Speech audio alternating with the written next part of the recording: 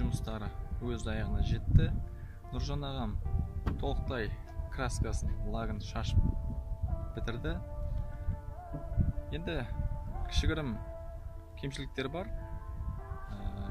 Ашық аспан астында жұмыс істеу әрине өте қиын.